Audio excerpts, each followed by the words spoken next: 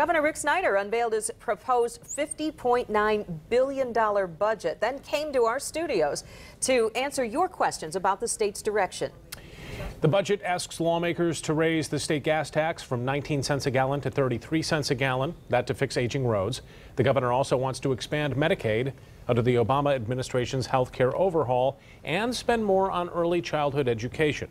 The governor wants to spend some $15 million to train new state troopers, $18 million to train new corrections officers.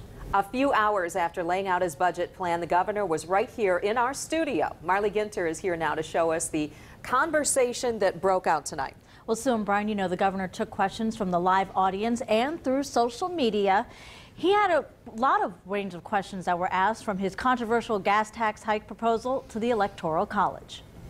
So let's get going, Rick. Front and center, the governor opened himself up to questions and accountability. An audience mixed with law enforcement, school officials, and moms, all taxpayers wanting answers. What can we do as citizens of Michigan to help make that happen? One part of the proposed budget the governor just released today that's certainly gotten taxpayer attention, the call to raise the state gasoline tax from 19 cents a gallon to 33 cents and increase vehicle registration fees to fix ailing roads and bridges. We had somebody write in and say, tell us the exact cost of fuel and tax we will pay at the pump. Your answer?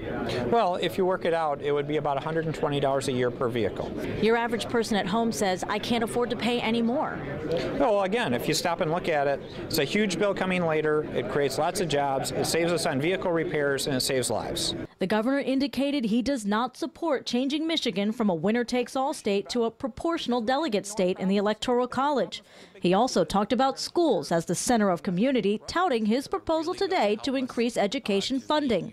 Both issues struck a chord with Democratic State Rep Brandon Dillon. The governor may have to go back to school himself to try to figure those numbers and how they actually comport with reality, because there's a lot of schools, particularly in Grand Rapids, who would tell you they've seen massive cuts over the last 2 years, and the governor hasn't begun to address that. And when the cameras went off, people cleared out of our studio, some with more insight, others wanting more. Do you think the governor really addressed people's questions fairly here? I think he did. I mean, it's kind of a tough audience when you're on for an hour live. I think he handled himself pretty well with some very pointed questions and some personal at times. You know, I think the governor was very wishy-washy and refused to answer a couple of really tough questions about some of the divisive things that were done. I wish he would just address those head on and tell people where he stands, especially with issues like the Electoral College. I think he'd get a lot more cooperation from people on the other side.